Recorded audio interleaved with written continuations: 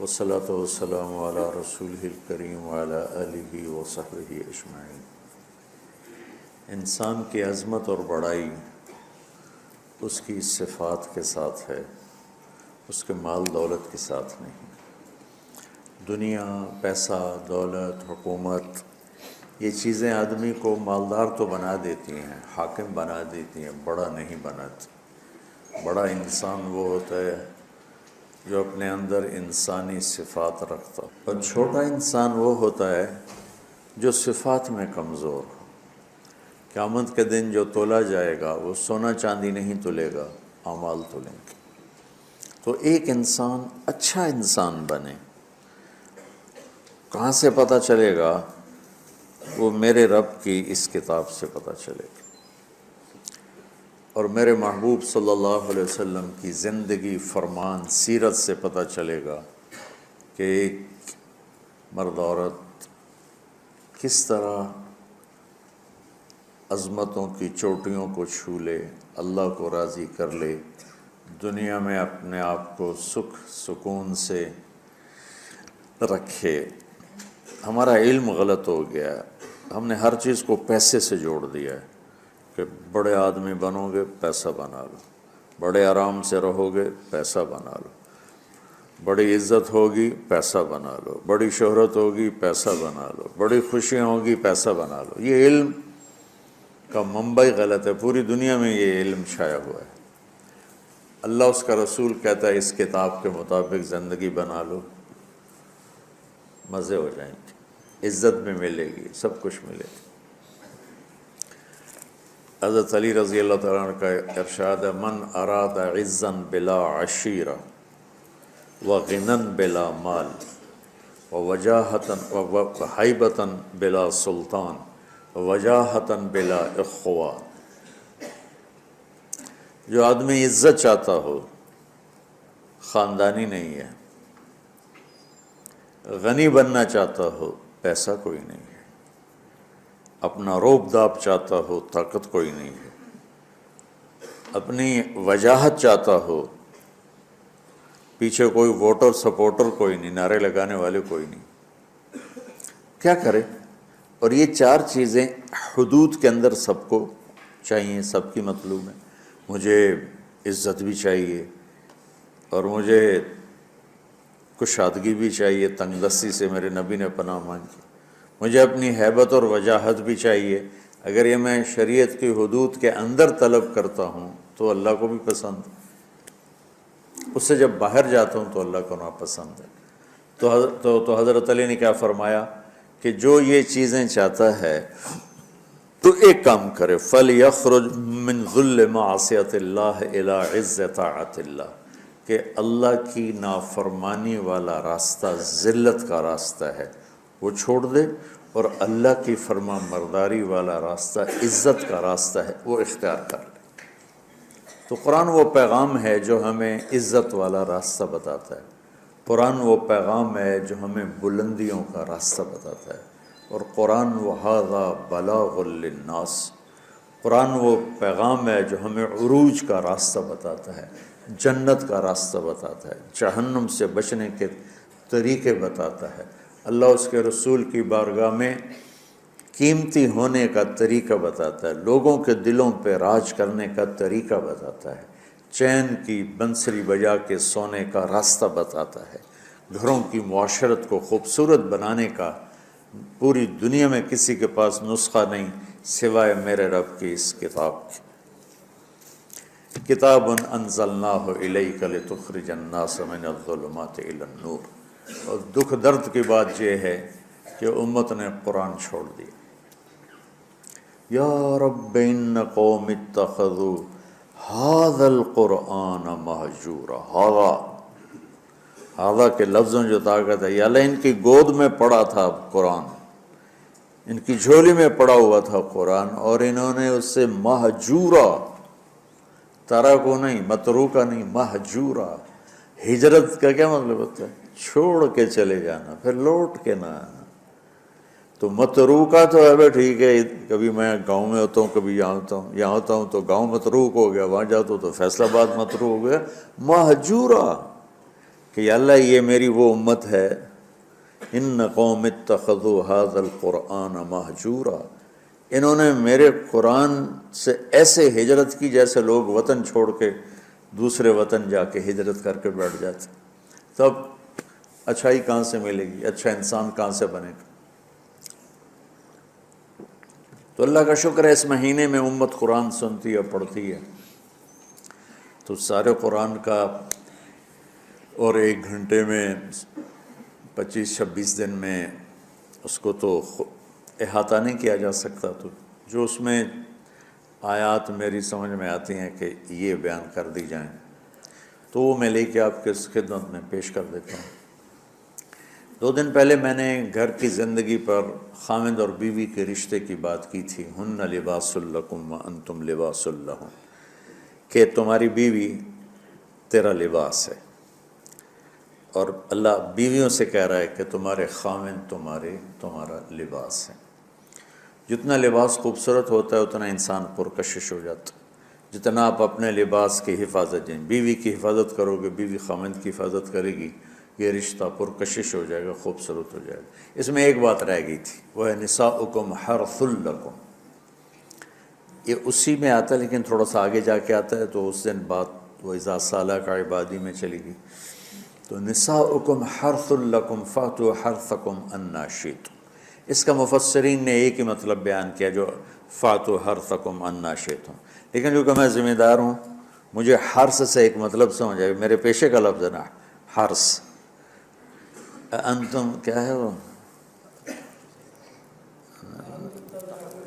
تحرثون بھی کہیں ہے، افرأیتم ما تحرثون، افرأیتم ما تحرثون، تو فاتوا حرث، آپ تمام تصویریں دیکھو جو میں بیان کرنے لگا ہوں، میرا دعویٰ نہیں، توبہ میں نے تو ساری دیکھی نہیں، لیکن مجھے نہیں لگتا کسی کا ذہن اس طرف گیا ہوگا، ہو سکتا گیا ہو کو میں اپنے علم کے دعوے، تو میں تو ویسے ہی طالب علم ہوں۔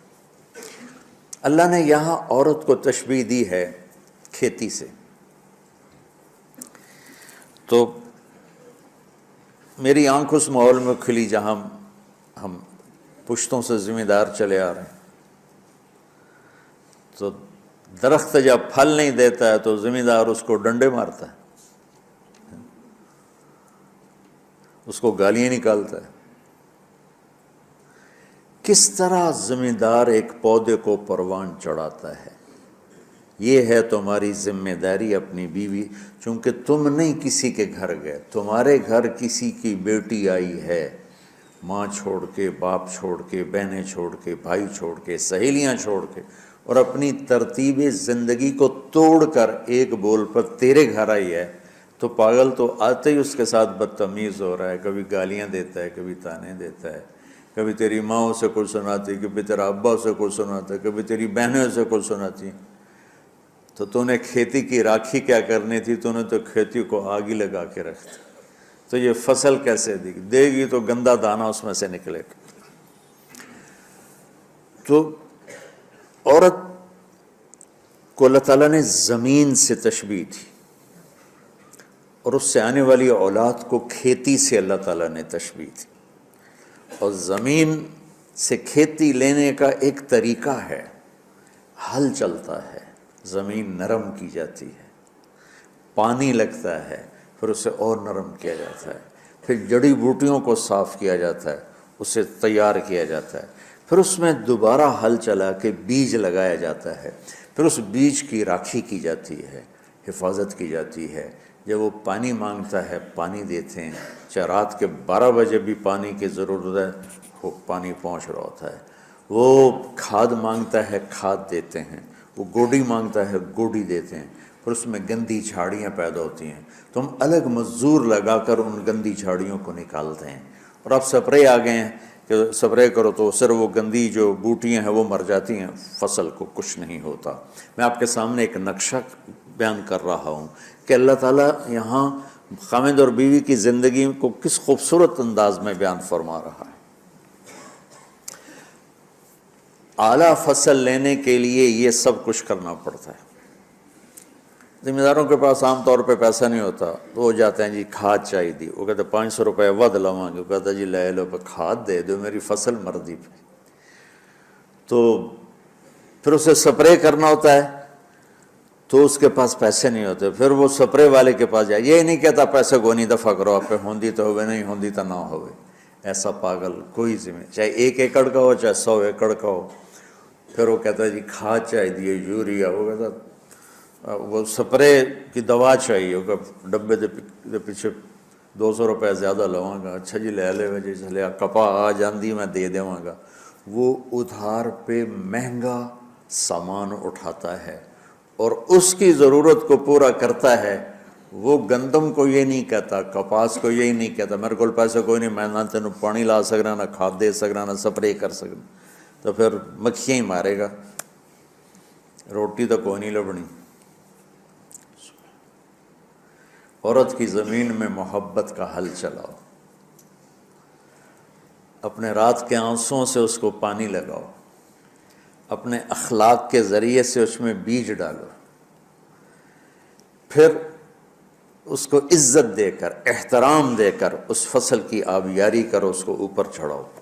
اس میں جو گندی جھاڑیاں ہو گئی، کبھی یہ ادھر سے گندا آئے گا، کبھی ادھر سے گندگی آئے گی، کبھی ساس کی طرف سے، کبھی سسر کی طرف سے، کبھی بہنوں کی طرف سے، کبھی لڑکی کے ماں باپ کی طرف۔ بعض لڑکی کے ماں باپ ایسے بے وقوف ہوتے ہیں کہ اپنی بیٹیوں کا گھر اجاڑ دیتے ہیں، شادی کرنے کے بعد بھی بیٹی کو اپنے حکم پر چلانے کی کوشش کرتے ہیں، تو خاوند کہاں برداشت کرتا ہے؟ شادی کے بعد بیوی پر ماں کا حق نہیں ہے، باپ کا حق نہیں ہونے کا مطلب ہے کہ پہلے اب خاوند کا حق ہے، پھر ماں باپ کا حق ہے۔ ماں کچھ کہے، خاوند کچھ کہے، تو اسے خاوند کی اطاعت کرنی ہے، ماں کی نہیں، ماں کی نہیں۔ لیکن کچھ والدین ایسے ہیں جو اپنے بیٹیوں کو برباد کر دیتے ہیں، پیچھے سے ڈوریں ہلا ہلا ہلا، ایسے کیسز چھوڑے ہیں۔ زیادہ جو مسئلہ ہے وہ سسرالی مسئلہ ہے، تو اس میں وہ جو گندی جھاڑیاں پیدا ہوتی ہیں نا، ان کو وہ سلیقے سے نکالتا رہے، نکالتا رہے، نکالتا رہے، نکالتا رہے، اور اس کی حفاظت کرتا رہے۔ یہ جو آموں کا باغ لگتا ہے نا، تو چھوٹا ہوتا ہے، جب سردیاں آتی ہیں تو اس کو ہم کور کر دیتے ہیں سارے، پہلے اس کے اوپر چونے کا سپرے کرتے ہیں، چونے کا، کہ اس کے پتوں کے اوپر ایک تہ جم جائے، اور اس کے تنے پر بھی چونا لگاتے ہیں تاکہ ٹھنڈک اندر نہ جائے، پھر اس کو یوں کور کر دیتے ہیں کہ اندر سردی نہ جائے۔ اتنی حفاظت ایک چھوٹے سے پودے کی جاتی ہے، تب جا کر وہ پروان چڑھتا ہے۔ اور سب سے بڑا پودا انسان ہے، اور سب سے قیمتی دھرتی ماں ہے، اور سب سے قیمتی رشتہ خاوند اور بیوی ہے۔ اور آج کے خاوند بیوی کو ماں کی گالیاں نکال رہے، بہنوں کی گالیاں نکال رہے، جیسے وہ خرید کے کسی لونڈی کو خرید کے لیں، کسی کی بیٹی ہے تو کھیتی، تم لوگ دورے والے اب جا رہے ہو، تمہاری شادیاں ہو گئیں، تو اللہ کے واسطے بچوں بدتمیز نہ بننا اپنی بیویوں کے ساتھ، یاد رکھنا میری باتوں کو۔ وہ جو گیت تم نے سنا نہیں میری عمر بھر کا ریاض تھا، میرے درد کی تھی وہ داستاں جسے تم ہنسی میں اڑا گئے۔ کہیں ایسا نہ کر دینا میری باتوں کا۔ اگر اپنی زندگی کو خوبصورت دیکھنا چاہتے ہو، عالی شان دیکھنا چاہتے ہو، اپنے اخلاق اچھے کر لو۔ چونکہ بیوی کی بات ہو رہی ہے، ورنہ ہر رشتے میں اسی کی ضرورت۔ ماں کا رشتہ ہے، محبت دینی پڑے گی، باپ کا رشتہ ہے، محبت دینی پڑے گی، بہنوں کا رشتہ ہے، بھائیوں کا رشتہ ہے، اولاد کا رشتہ ہے۔ اگر اولاد پر ہی ڈنڈے برساؤ گے تو تم سے متنفر ہو جائیں گے۔ میرے نبی نے کبھی یوں اپنے نواسوں کو ٹچ بھی نہیں کیا تھا، ایسے بھی نہیں کیا تھا، روزانہ جا کے ان کو ملتے، سینے سے لگاتے، اپنی نسبتوں کو منتقل کیا حسنین کی طرف، واعظ نصیحت نہیں کی۔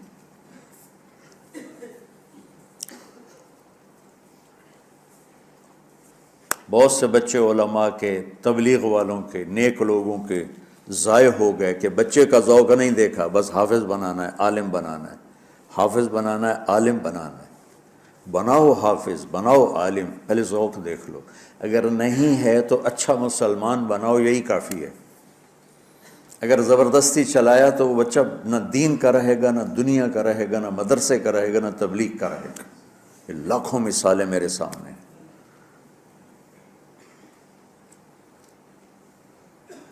تو اولاد پر بھی جبر کرو گے تو باغی ہو جائیں گے۔ ایک ہمارے ساتھی نے اپنے بیٹے کو حافظ بنایا، وہی تبلیغی زور، بچے کو تمنا نہیں ہے، انہیں بنایا۔ جب اس نے سر نکل آیا اس کا اور اس کی شادی ہونے لگی تو اس کے والد نے کارڈ چھپایا، حافظ فلاں فلاں، اس نے سارے کارڈ جلا دیے۔ جلانے کا مطلب ہے پھینکوا دیا، کہ نئے سرے سے کارڈ چھپاؤ اور حافظ کا نام کٹاؤ، حافظ کا نام کٹا کے میرے کارڈ چھپاؤ۔ یہی فیصل آباد کا واقعہ ہے۔ تو تمہارے ساتھ عالم کا لفظ لگا ہوا ہے، تم کہو گے میری اولاد بھی عالم ہو، 6 مہینے کی اولاد، اس کے سر پہ بڑی ساری ٹوپی ہوئے، جی چاہے تو اس سے داڑھی بھی کاٹ لو ہوتی تسی۔ تو اتنے بچوں کے سر پہ ٹوپیاں چڑھائی ہوتی ہیں، ان کی فطرت کی زندگی، ان کو کھیلنے دو، انہیں ٹائم دو، انہیں دیکھو یہ کدھر موڑ رہے ہیں، جس طرف ان کا دھارا جا رہا ہے۔ صرف عالم بننے والا ہی مسلمان ہوتا ہے، صرف حافظ بننے والا ہی مسلمان ہے، اور کوئی مسلمان ہے ہی نہیں۔ اللہ نے ہمیں جو دعا سکھائی ہے، رب ہب لی من الصالح، رب حب لی من العلماء تو نہیں کہا، رب حب لی من الحفاظ بھی نہیں کہا، من الصالحین۔ نیک ہونا ضروری ہے، عالم ہونا ہو گیا تو ٹھیک ہے، نصیب کی بات ہے، بہت اعلیٰ چیز، حافظ بن گیا بہت اعلیٰ چیز، لیکن زبردستی کراؤ گے پچھتاؤ۔ زندگی کے تمام شعبوں کو زندہ کرنا۔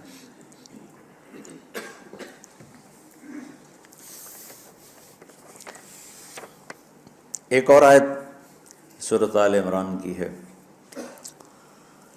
یہ سارے دین کی روح ہے، اور یہ دین کا مرکزی نقطہ ہے، مرکزی نقطہ۔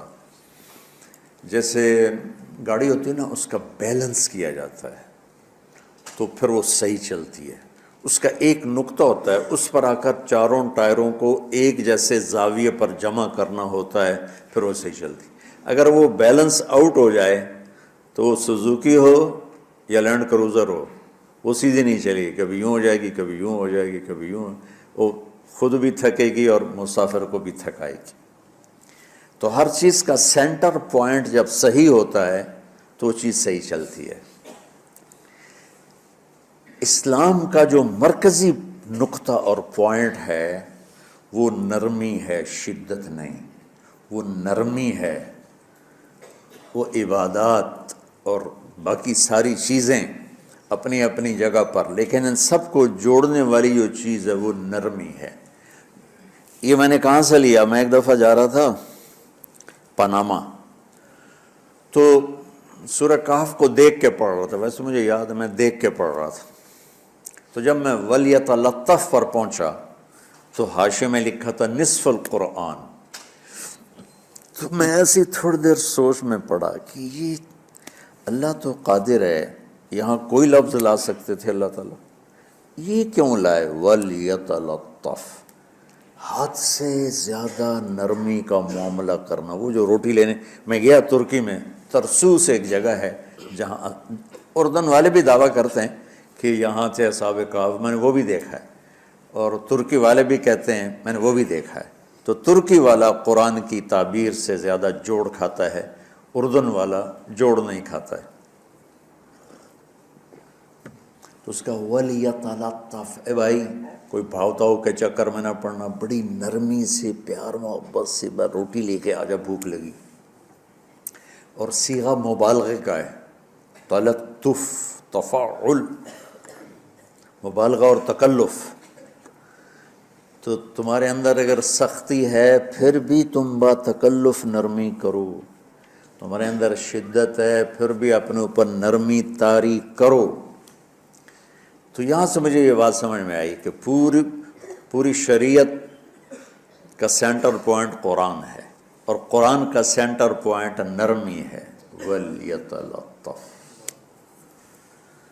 اب ہمارے ڈانٹ ڈپٹ کو بزرگی سمجھا جاتا، ڈانٹ ڈپٹ کو تربیت سمجھا جاتا، استاد شاگرد کو ڈانٹ رہے ہیں، پیر مریدوں کو ڈانٹ رہے ہیں، امیر مامور کو ڈانٹ رہے ہیں، والدین اولاد کو ڈانٹ رہے ہیں، اور میرا اللہ کہہ رہا ہے نرمی،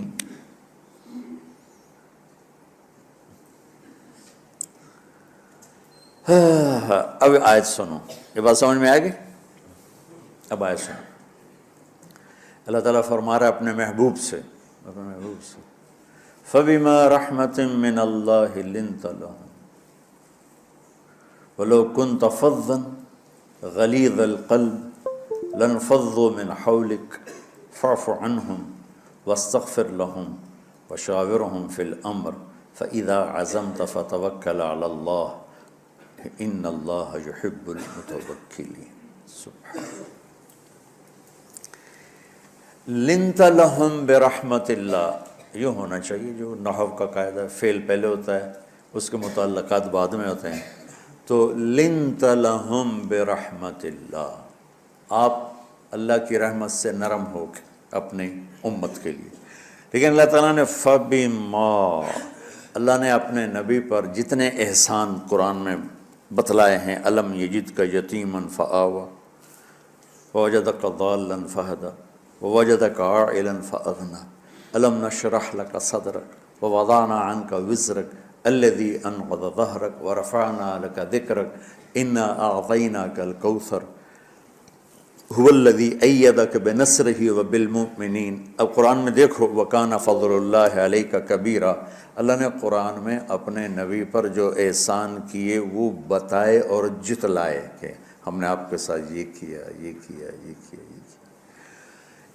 یہ احسان جیسے اللہ نے بتایا ہے نا اپنے نبی کو، یہ احسان نرمی والا جس طریقے سے بتایا، اس طریقے سے کسی احسان کو ذکر نہیں کیا۔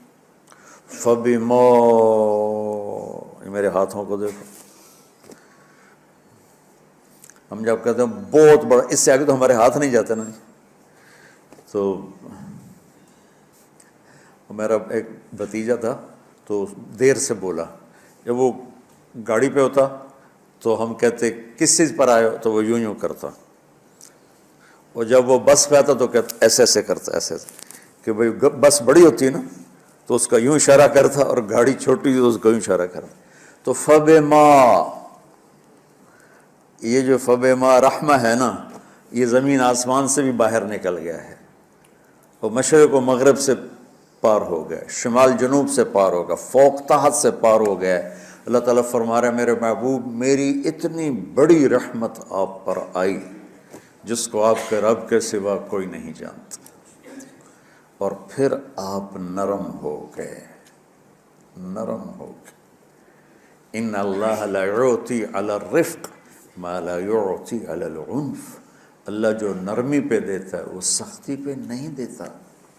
لو کان الرفق خلقا لما رأى الناس خلقا احسن منہ، نرمی کی کوئی شکل ہوتی تو اس سے حسین کائنات میں کوئی شکل نہ ہوتی، جنت کی حور سے بھی اعلیٰ شکل ہوتی۔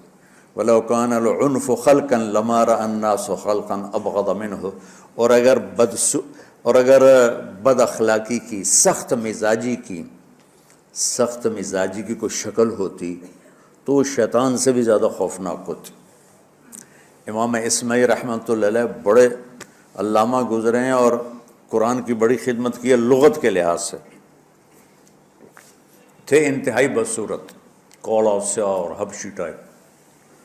کہنے لگے زندگی میں کبھی دھوکہ نہیں کھایا، سوائے ایک دفعہ ایک لڑکی نے مجھے ایسا بیوقوف بنایا کہ میرے 14 طبق روشن کر دیے، کہ میں جا رہا تھا تو ایک خوبصورت لڑکی نے مجھے مسکرا کے اشارہ کیا، میں کہہ لیا بھائی کوئی میرے اوپر بھی عاشق ہے، تو میں اس کے پیچھے چل پڑا، وہ آگے آگے میں پیچھے پیچھے، وہ آگے آگے میں پیچھے پیچھے، بازاروں میں چلتے چلتے ایک مصور کی دکان پہ پہنچے تو اس نے مصور سے یوں اشارہ کیا اور آگے چلی گئی۔ وہ آگے چلی گئی تو میں حیران ہو گیا، بھی میں نے کہا بھائی یہ کیا چکر ہے؟ کہا جی یہ ایک بچی کل میرے پاس آئی تھی کہ مجھے شیطان کی فوٹو بنا کے دو۔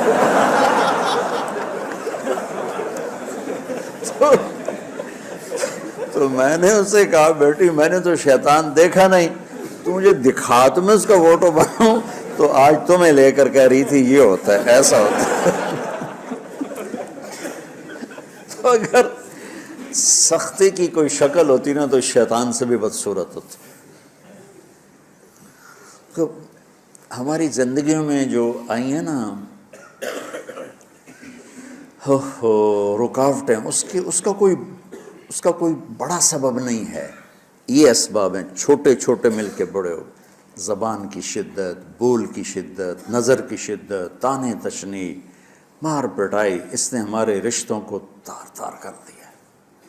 اور میں قربان جو میرا اللہ تعالیٰ کہہ رہا ہے، لو کنت فظا غلیظ القلب، اگر آپ کی زبان میں شدت ہوتی، آپ کے مزاج میں شدت ہوتی، لانفضوا من حولک، انفضوا کا مطلب بتایا تھا نا کل پرسوں، بھگدڑ مچ جانا، پیچھے مڑ کے نہ دیکھنا۔ معلم محمد مصطفیٰ جیسے ہوں صلی اللہ علیہ وسلم، اور طلبہ اصحاب رسول جیسے ہوں،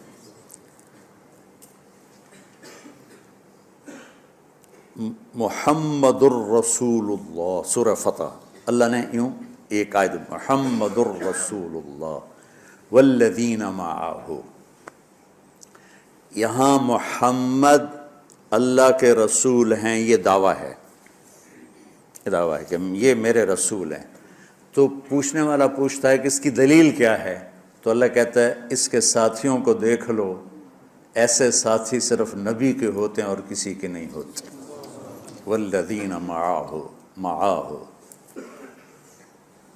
معیت بہت بڑا شرف ہے۔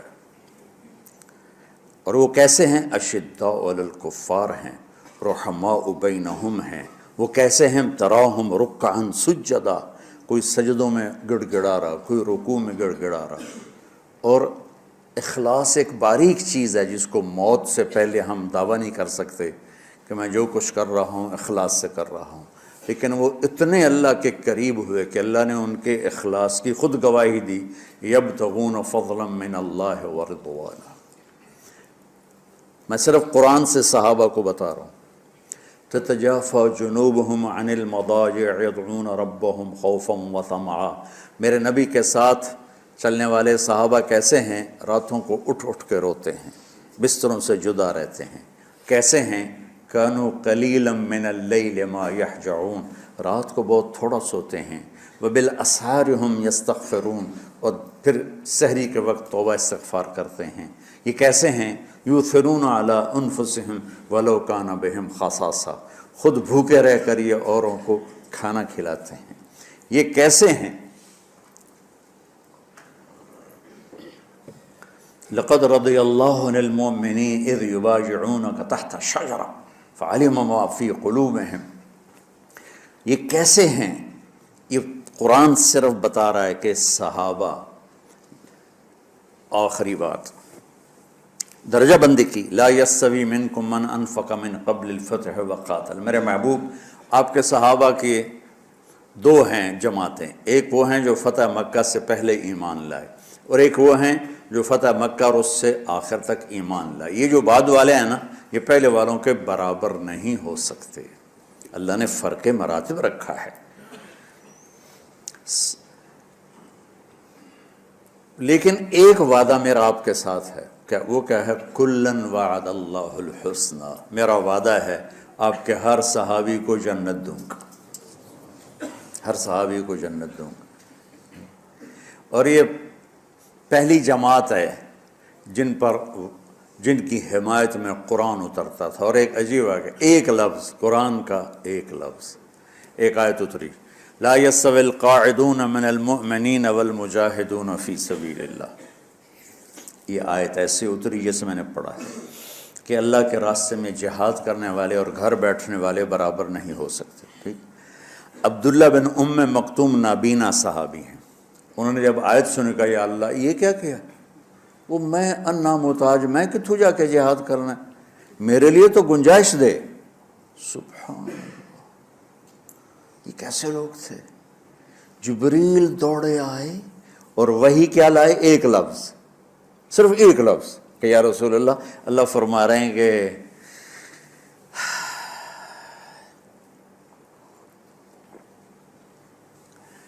کیا ہے؟ عبس وتولی اذ جاءہ الاعمی، کہا میرے بندے کی فریاد میرے پاس پہنچ چکی ہے، لہٰذا اب اس آیت کو یوں پڑھا جائے، لا یستوی القاعدون من المؤمنین غیر اولی الضرر والمجاہدون فی سبیل اللہ، کہ جو معذور ہیں ان کے علاوہ جو صحت مند ٹھیک ٹھاک ہیں وہ اور جو میرے راہ میں ہیں برابر نہیں ہو سکتے۔ تو عبداللہ بن ام مکتوم کی فریاد پر قرآن کا ایک لفظ ہے، اور خولہ کی فریاد پر آیات بارش کے قطروں کی طرح۔ قد سمع اللہ قول التی تجادلک فی زوجہا وتشتکی الی اللہ واللہ یسمع تحاورکما ان اللہ سمیع بصیر الذین یظاہرون منکم من نسائہم ما ہن امہاتہم ان امہاتہم الا اللہ ولدنہم وانہم لیقولون منکرا من القول وزورا۔ یہ پھر آگے بھی چلتی ہیں۔ ایک دیہاتی عورت کی فریاد نے عرش ہلا دیا اور قرآن اترا۔ یہ لوگ تھوڑا اور سنا دو تاکہ آپ کو خولہ کا پتہ چلے، خولہ کیا چیز ہے۔ انصاری عورت ہے، ہاں مالک کی ایک عورت ہے، خامن نے غصے میں طلاق دے دی۔ طلاق تھی زہار، تو میرے لیے میری ماں کی طرح ہے۔ اس طلاق کے بعد رجوع ہو ہی نہیں سکتا تھا۔ 3 طلاق میں تو رجوع ہو جاتا نا، کہ کسی اور جگہ شادی ہو جائے، وہاں سے طلاق ہو جائے، واپسی ہو، لیکن اس میں رجوع ایسا ہی ہے شیخ، ایسا ہی ہے نا۔ اس میں دوبارہ اگر اس کی شادی ہو جائے اور پھر وہاں سے وہ فارغ ہو کر اس سے شادی نہیں ہو سکتی، یہ اس زمانے کا رواج تھا۔ اب یہ ان کی عمر گزر گئی تھی، جو بھاگی بھاگی اللہ کے نبی کے پاس ہے، یا رسول اللہ میرے خامن اوس بن مالک نے زہار کر دیا، اوس بن صامت نے مجھ سے زہار کر دیا، تو کیا فتویٰ ہے؟ آپ نے کہا حرمتی علیہ، بیٹی تو حرام ہو گئی۔ بولیں گے یا رسول اللہ اکل مالی وافنا شبابی، جوانی میری ڈھل گئی، مال میرا کھا گیا وہ، تو میں کہاں جا کے بیٹھوں، ماں باپ میرے نہیں ہیں۔ آپ نے کہا حرمتی علیہ، تو اس پہ حرام ہو گیا۔ پھر اس نے کہا یا رسول اللہ میرا کیا بنے گا؟ تو آپ چپ ہو گئے؟ جب وہ مانتی نہیں تو کیا کرو، آپ چپ ہو گئے۔ حضرت عائشہ رضی اللہ عنہ آپ کو کنگھی کر رہی تھی۔ جب اس نے دیکھا اللہ کے نبی نے جواب دینا چھوڑ دیا ہے، کہ چلے ٹھیک ہے میں اپنے رب سے بات کرتی ہوں، اس نے وہیں بیٹھے بیٹھے ہاتھ اٹھایا، اے اللہ ان لی منہ صبیۃ صغار، اے میرے رب میرے چھوٹے چھوٹے بچے، ان ضممتہم الی فجعوا وان ضممتم الیہ فضاعوا، میرے رب میرے چھوٹے چھوٹے بچے، عمر میری ڈھل گئی، میری دوسری شادی نہیں ہو سکتی، ان بچوں کو میں اپنے پاس رکھوں تو ان کو روٹی کہاں سے کھلاؤں، یہ بھوکے مریں گے۔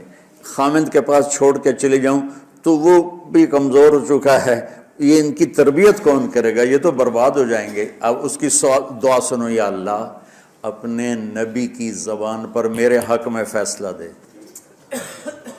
یہ نہیں کہا کہ تو اپنی شریعت کا فیصلہ سنا، کہ اللہ میرے حق میں دینا ہے فیصلہ۔ اور اللہ تعالیٰ کا قرآن آ گیا، ہاں خولا ہم نے اپنے رحمت کے طفیل تیرے حق میں فیصلہ دے دیا۔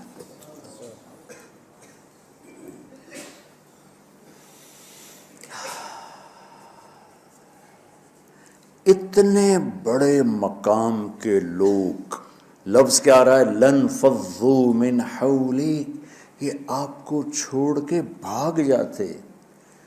سختی اتنی بڑی بلا ہے کہ اتنے دھرتی نے کسی نبی کے ایسے ساتھی نہ دیکھے نہ دیکھے گی، اور ایسے عظیم انسان دنیا میں نہ آئے نہ آئیں گے۔ انبیاء کے بعد عظیم ترین انسانوں کا ٹولہ، لیکن وہ بشر تھے، ان سے خطائیں ہوئیں، ان سے گناہ ہوئے، پر اللہ نے کہا جاؤ ہم نے معاف کر دیا، کلا وعد اللہ الحسنی، جاؤ سب کے لیے جنت ہے۔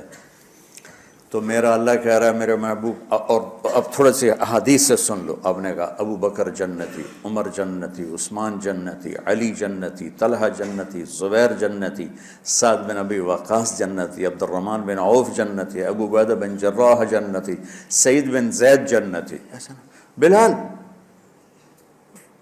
جب جنت میں جاتا ہوں تیرے پاؤں کی آہٹ اپنے آگے آگے سنتا ہوں۔ جس نے جنتی عورت کو دیکھنا ہو ام رومان کو دیکھ لے، بڑے بڑا مناقب صحابہ اٹھا کے دیکھو۔ میرا ایک امتی آئے گا جنت کے دروازوں پر تو 8 دروازے کھل کے کہیں گے مرحبا ادھر آ جائیں، ادھر ادھر۔ سلمان فارسی ایسے ہوئے، یا رسول اللہ کون ہے یہ؟ تو آپ نے کہا یہ بیٹھا ہے ابو بکر، اس کو جنت کے 8 دروازے پکاریں گے۔ عمر ایک محل دیکھا بہت عالیشان، میں سمجھا میرا ہے۔ جب جانے لگا تو فرشتے نے کہا آپ کے غلام عمر بن خطاب کا ہے۔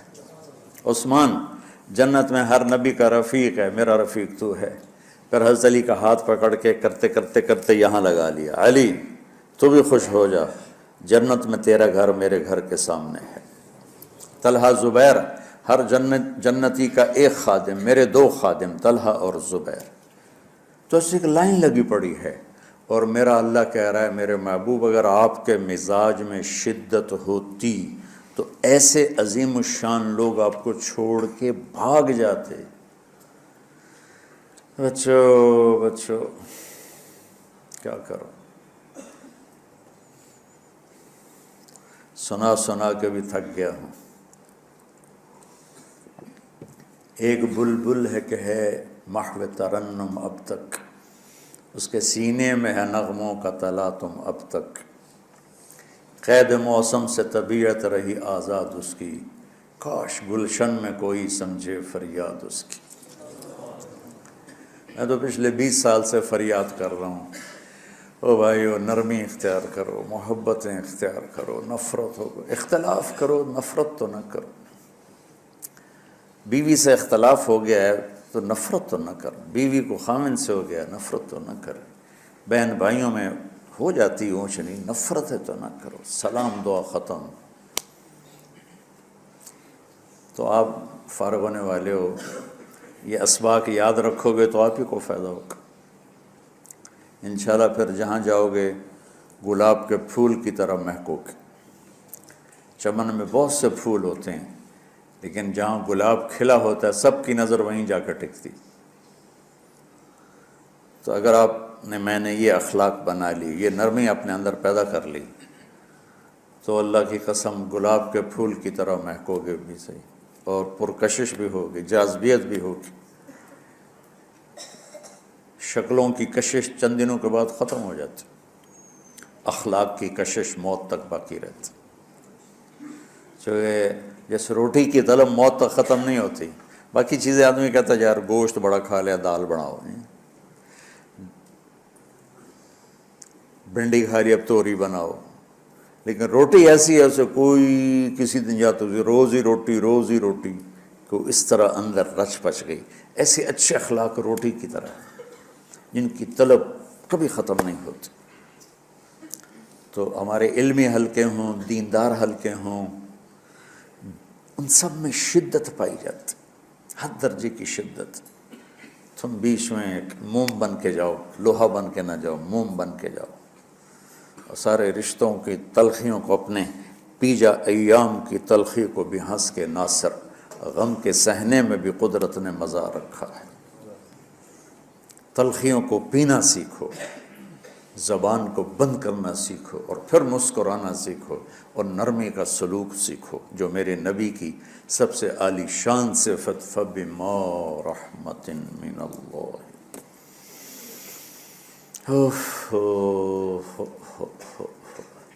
یہ واقعہ پتہ کب کا ہے؟ جب احد کی لڑائی میں شکست ہو گئی نا، تو کافی سارے صحابہ میدان چھوڑ کے دوڑ گئے۔ تو جب ابو سفیان کا لشکر واپس چلا گیا تو وہ واپس آئے، اور سب ڈرے ہوئے تھے کہ اب ہمیں بڑی ڈانٹ پڑے گی، ہمیں بڑی ڈانٹ پڑے گی۔ شہاب الدین غوری نے تراوڑی کی پہلی جنگ لڑی تھی پرتھوی راج کے خلاف۔ ہم جو چوہان راجپوت ہیں ہم اس کی نسل سے ہیں، پرتھوی راج، تو وہ شکست ہو گئی۔ تو جن افغانی سرداروں نے دوڑ لگا دی تھی نا، اس نے سارا سال ان کے منہ کے اوپر نہ توبڑے چڑھا دیے تھے، بوجھا نہیں ہوتا، بوجھا سیکھ ان کے منہ پہ چڑھا دیا تھا، پورا سال ان کے منہ پہ وہ بوجھے لگے رہے کہ یہ وہ ہیں جو بھاگ گئے تھے۔ بادشاہ تو یوں کرتے ہیں۔ میرے نبی کے صحابہ جب سہمے آئے کہ بس دیکھو اب کیا بنتا ہے، تو آپ نے مسکرا کے ان کا استقبال کیا، آؤ بھائی آؤ بھائی آؤ بھائی۔ اس پر میرے اللہ نے یہ کہا، واہ میرے محبوب، یہ آپ کے رب کا آپ پہ احسان ہے کہ آپ نرم ہو گئے، ورنہ ایسے موقعوں پہ تو ڈانٹ ٹپٹ ہوتی، سوڑوا دیا جاتا۔ استنبول کا قلعہ فتح نہیں ہو رہا تھا، سلطان محمد فاتح 21 برس کی عمر، تو اس نے سپہ سالار کو بھرے مجمع میں کوڑوں سے اس کی پٹائی شروع کر دی اور اس کو ہٹا کے دوسرے کو لگا دیا۔ اور میرے نبی کہہ رہے ہیں آؤ بھائی آؤ بھائی آؤ۔ اوپر اللہ کی محبت دیکھو، اللہ تعالیٰ کہہ رہا ہے میرے نبی معاف کر دیں، پہلے ہی آپ نے معاف کر دیا، پر میں بھی سفارش کرتا ہوں آپ ان کو معاف کر دیں۔ اور آگے کہتے ہیں وَاسْتَغْفِرْ لَهُمْ، اور آپ مجھے بھی کہیں کہ میں بھی معاف کر دوں۔ کیا لوگ تھے، کیا لوگ تھے کہ جن کے بارے میں اللہ کہہ رہا ہو مجھے کہو میں ان کو معاف کر دوں۔ سبحان، ایسے عظیم لوگ بھی شدت برداشت نہ کر پاتے۔ بھائیو میری فریاد سمجھو اللہ کے واسطے، نرمی اختیار کرو، نرمی اختیار کرو، نرمی اختیار کرو۔ سختی کے بغیر جی کام نہیں چلتا ہے، ارے یہ بکواس ہے، تمہارے نفس کی شرارت ہے۔ میرے نبی فرما رہے ہیں نرمی پہ جو اللہ کرتا ہے وہ سختی پہ نہیں کرتا ہے۔ ٹھیک ہے، سر ساتھ نہیں دے رہا درد کی وجہ سے، اسی میں ہی برکت سمجھ لو۔ سبحانک اللہم و بحمدک، اشہد ان لا الہ الا انت، استغفرک و اتوب الیک۔ اللہم انا نسألک من خیر ما تعلم ونعوذ بک من شر ما تعلم ونستغفرک لما تعلم انک علام الغیوب برحمتک۔